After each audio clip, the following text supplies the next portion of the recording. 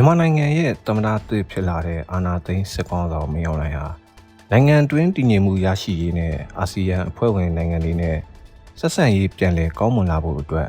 ကြီးမားတဲ့စိန်ခေါ်မှုတွေနဲ့ရင်ဆိုင်နေရတယ်လို့မလေးရှားသတင်းဌာနဘာနာမာကဖော်ပြလိုက်ပါတယ်။မင်းအောင်လှိုင်ဟာမြန်မာနိုင်ငံမှာနှိရှိလာများဖြစ်ပွားနေတဲ့ပြည်တွင်းပဋိပက္ခတွေကိုအဆုံးသတ်နိုင်ဖို့နဲ့ပြိုလဲနေတဲ့စီးပွားရေးကိုပြန်လည်ဦးမော့လာအောင်လှုပ်ဆောင်ရမယ့်အရေးပေါ်တာဝန်ရှိနေပါတယ်။အထူးသဖြင့်နိုင်ငံတကာနဲ့ဒေသတွင်းအတိုင်းဝိုင်းကမြန်မာနိုင်ငံရဲ့နိုင်ငံရေးဖြစ်စဉ်တွေပေါ်စောင့်ကြည့်နေချိန်မှာဒီတာဝန်ကိုရယူလိုက်တာလည်းဖြစ်ပါတယ်။ဒါအပြင်အာဆီယံအဖွဲ့ဝင်နိုင်ငံတွေနဲ့ပြန်လည်ထိတွေ့ဆက်ဆံဖို့ကြိုးပမ်းရမှာလေအာဆီယံရဲ့ပုံသဘောတူညီချက်၅ချက်ကိုအကောင့်ထဲဖော်နိုင်မှုရှိမရှိဆိုတာဟာမင်းအွန်လိုင်းအတွက်အဓိကစမ်းသပ်ချက်တစ်ခုဖြစ်လာမှာပါ။မလေးရှားနိုင်ငံအပါအဝင်အာဆီယံနိုင်ငံတချို့ကတော့မြန်မာနိုင်ငံမှာအားလုံးပါဝင်တဲ့နိုင်ငံရေးဆွေးနွေးမှုတွေပေါ်ပေါက်လာဖို့ဆက်လက်တိုက်တွန်းနေကြပါတယ်။သမ္မတသစ်အနေနဲ့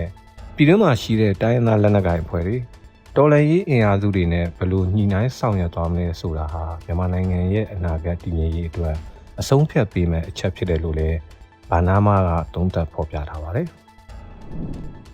အရှေ့အလယ်ပိုင်းမှာဖြစ်ပွားနေတဲ့အီရန်စစ်ပွဲနဲ့ပတ်သက်ပြီးတင်းမာမှုတွေပြန်လည်မြင့်တက်နေတာကြောင့်73စီပြက်လက်မှာကိုပြည်သူတွေစိုးရိမ်နေကြပေမဲ့ထိုင်းနိုင်ငံမှာတော့နောက်ထပ်3လကျော်သာအထိလုံလောက်တဲ့73စီအရန်တားရှိနေတယ်လို့စွမ်းအင်ဝန်ကြီးဌာနကအတည်ပြုပြောကြားလိုက်ပါတယ်။ထိုင်းစွမ်းအင်ဝန်ကြီးဌာနဟာဒေသတွင်းပြည်ပခါတွေကြောင့်ဖြစ်ပေါ်လာနိုင်တဲ့စွမ်းအင်အကျပ်တဲကိုရင်ဆိုင်မှုအတွက်အသင့်ပြင်ဆင်ထားတယ်လို့ဆိုပါတယ်။လက်ရှိထိုင်းနိုင်ငံရဲ့73စီတိုးလောင်မှုအခြေအနေအရရေနံစိမ်းရက်ပေါင်း84ရက်စာတည်ယူပို့ဆောင်ရေးလမ်းကြောင်းပေါ်ရှိရေနံစိမ်း9ရက်စာနဲ့အချောကင်ပြီးသား73စီ30ရက်စာစုစုပေါင်း109ရက်စာရှိနေတာဖြစ်ပါတယ်။စွမ်းအင်ဝန်ကြီးဌာနအတွင်းဝန်ကတော့ပြည်သူတွေအနေနဲ့ထိတ်လန့်တုန်လှုပ်ပြီး73စီရဲ့အလူရက်ဝယ်ယူစုဆောင်းမှုမလိုအပ်ပါဘူး။ကျွန်တော်တို့မှာလုံလောက်တဲ့အရန်အတားတွေရှိနေပါတယ်လို့အာမခံပြောကြားခဲ့ပါတယ်။ဒါအပြင်ဆိုရအနေနဲ့ရေနံဈေးနှုန်းတွေအဆမတန်မြင့်တက်မလာအောင်73စီရန်ပုံငွေကိုအသုံးပြုပြီးတက်နိုင်သမျှထိန်းညှိပေးသွားမှာဖြစ်ကြောင်းလည်းထည့်သွင်းပြောကြားခဲ့ပါတယ်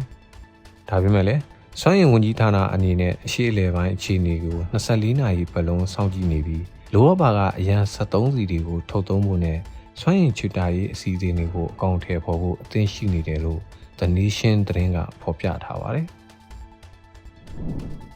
လူမှုကွန်ရက်စာမျက်နှာတွေပေါ်မှာအစိုးရဌာနတွေနဲ့ထိပ်တန်းကုမ္ပဏီကြီးတွေရဲ့နာမည်ကိုအသုံးပြုပြီးလိမ်လည်နေတဲ့ရင်းနှီးမြှုပ်နှံမှုခိုင်းတွေကိုအရှိန်အဟုန်မြင့်နှိမ်နင်းသွားမယ်လို့ထိုင်းနိုင်ငံရဲ့ငွေကြီးနဲ့ရှယ်ယာများလဲလှယ်ရောင်းဝယ်ရေးကော်မရှင် SEC ကဒီနေ့မှထုတ်ပြန်ကြေညာလိုက်ပါတယ်။ SEC ကော်မရှင်ဟာပြီးခဲ့တဲ့မတ်လအတွင်းမှာတင်ရင်းနှီးမြှုပ်နှံမှုအတူရောင်တွေနဲ့ဆက်ဆက်နေတဲ့ Facebook စာမျက်နှာနဲ့ကြော်ညာပေါင်း90ကျော်ကိုပိတ်သိမ်းနိုင်မှုDigital စီးပွားရေးနဲ့လူမှုရေးဝန်ကြီးဌာန DESC ကိုပေးပို့ခဲ့ပါတယ်။ဒီငွေလင်ကိုင်းတွေဟာ SEC ကော်မရှင် Stock Exchange နဲ့အခြားနာမည်ကြီးကုမ္ပဏီကြီးတွေရဲ့ logo တွေကိုအသုံးပြုပြီးလူများယုံကြည်အောင်လိမ်လည်နေတာဖြစ်ပါတယ်။ SEC ရဲ့အထွေထွေအတွင်းရေးမှူးချုပ်ကတော့ online ပေါ်ကငွေလင်ကိုင်းတွေဟာဒီပညာကိုအသုံးပြုပြီးပုံမစမ်းသစ်တဲ့ပုံစံတွေနဲ့လိမ်လည်လာနေတာကြောင့်ပြည်သူတွေအနေနဲ့အထူးသတိထားကြဖို့တိုက်တွန်းထားပါတယ်။အထူးသဖြင့်အမြတ်စွန်းအစားမတန်ရမယ်လို့ကတိပေးထားတဲ့ကြော်ညာတွေဟာငွေလင်ကိုင်းတွေရဲ့အဓိကလက်နက်ဖြစ်တယ်လို့ဆိုပါတယ်။ဒါကြောင့်ပြည်သူတွေအနေနဲ့ရင်းနှီးမြှုပ်နှံမှုမလုပ်ခင်မှာအဲ့ဒီကုမ္ပဏီတွေဟာတရားဝင်လိုင်စင်ရှိမရှိဆိုတာကို SEC Chatbot ဆိုတဲ့ application မှာနာမည်ရိုက်ထည့်ပြီးအလွယ်တကူစစ်ဆေးကြဖို့ SEC ကအကြံပြုထားပါတယ်။အသင်္ကာစရာတွေ့ရှိပါကလည်း SEC ရဲ့အရေးပေါ်ဖုန်းနံပါတ်1239ကို24နာရီပတ်လုံးဆက်သွယ်တိုင်ကြားနိုင်တယ်လို့ Bangkok Post သတင်းမှာဖော်ပြထားပါတယ်။အရှေ့အလယ်ပိုင်းမှာဖြစ်ပွားနေတဲ့ပဋိပက္ခတွေဟာအာရှဒေသရဲ့စီးပွားရေးအပေါ်ကြီးမားတဲ့စိန်ခေါ်မှုတွေဖြစ်လာနေပါတယ်။တကယ်လို့ဒီစစ်ပွဲသာရှည်ကြာသွားမယ်ဆိုရင်အာရှနိုင်ငံတွေရဲ့စီးပွားရေးတိုးတက်မှုနှုန်းဟာတိတိကျကျရော့ကျသွားနိုင်တယ်လို့အာရှဖွံ့ဖြိုးရေးဘဏ် ADB ကသတိပေးလိုက်ပါတယ်။ ADB ရဲ့2026ခုနှစ်ဧပြီလထုတ်အာရှဒေသဖွံ့ဖြိုးမှုအလားအလာအစီရင်ခံစာအရအရှေ့အလယ်ပိုင်းတင်းမာမှုတွေကြောင့်ကမ္ဘာစွမ်းရည်ဈေးနှုန်းတွေမြင့်တက်လာတာဟာအာရှနိုင်ငံတွေရဲ့ကုန်ထုတ်လုပ်မှုနဲ့စားဝတ်နေရေးကိုတိုက်ရိုက်ထိုးနှက်နေတာဖြစ်ပါတယ်။တကယ်လို့ပြည်ပခါတွေဟာအခုနှစ်တတိယ3လပတ်အထိဆက်ရှိနေမယ်ဆိုရင်အာရှရဲ့စီးပွားရေးတိုးတက်မှုနှုန်းဟာရခိုင်ခံမှန်းထားတဲ့ 9.4 ရာခိုင်နှုန်းကနေ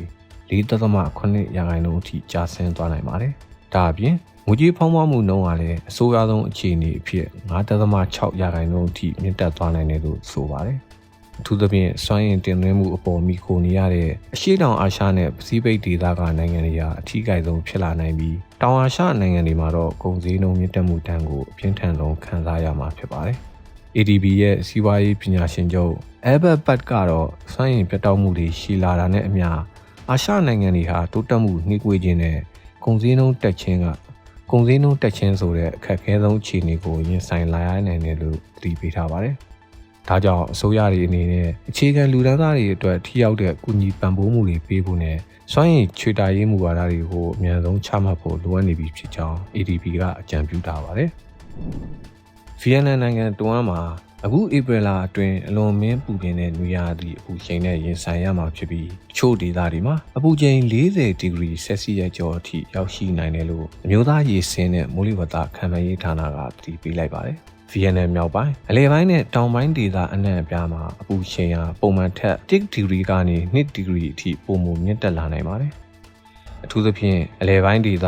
တောင်ပိုင်းဒေသတွေနဲ့အနောက်မြောက်ပိုင်းဒေသတွေမှာအပူချိန်ဟာ42ဒီဂရီဆယ်စီယပ်အထိစံချိန်တင်မြင့်တက်လာနိုင်တယ်လို့ခန့်မှန်းထားပါတယ်။ဒီလိုအလွန်မင်းပူပြင်းတဲ့ရာသီဥတုကြောင့်ပြည်သူတွေအနေနဲ့နေပူတဲ့ထွက်ပါကအပူရှက်ခြင်းနဲ့ရေတဲ့ခန်းကြောက်ခြင်းအန္တရာယ်တွေကိုအထူးသတိပြုကြဖို့ကျန်းမာရေးဝန်ကြီးဌာနကနှိုးဆော်ထားပါတယ်။ဒါအပြင်အပူရှိန်ကြောင့်လျှက်စစ်တအားသုံးစွဲမှုမြင့်တက်လာတာနဲ့အမျှမိဘေးအန္တရာယ်နဲ့တောမီလောင်မှုတွေဖြစ်ပွားနိုင်ခြေပိုများနေတာကြောင့်သက်ဆိုင်ရာအာဏာပိုင်တွေကတောမီကာကွယ်ရေးအစီအစဉ်တွေကိုအရှိန်မြင့်ဆောင်ရွက်နေပါတယ်။မိုးလေဝသဌာနကတော့ဒီပူပြင်းတဲ့ရာသီဥတုဟာဧပြီလကုန်အထိဆက်ရှိနေနိုင်ပြီးတချို့နေရာတွေမှာမွန်းလွဲပိုင်းနဲ့ညနေပိုင်းတွေမှာလေပြင်းတိုက်ခတ်တာမိုးသီးကြွေတာနဲ့ပျက်စီးလက်တာတွေပါတွဲဖက်ဖြစ်ပွားနိုင်တာကြောင့်ကြိုတင်ပြင်ဆင်မှုတွေပြုလုပ်ထားကြဖို့ဖော်ပြထားပါတယ်။